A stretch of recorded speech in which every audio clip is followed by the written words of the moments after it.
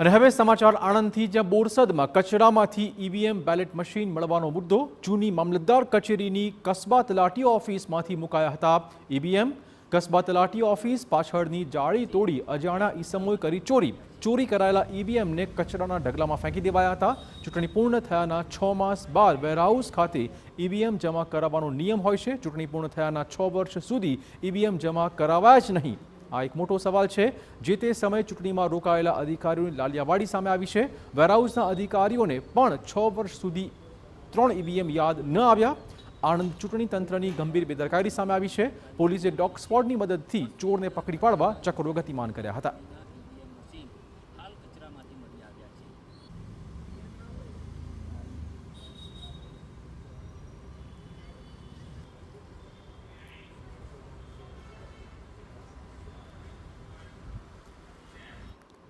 તો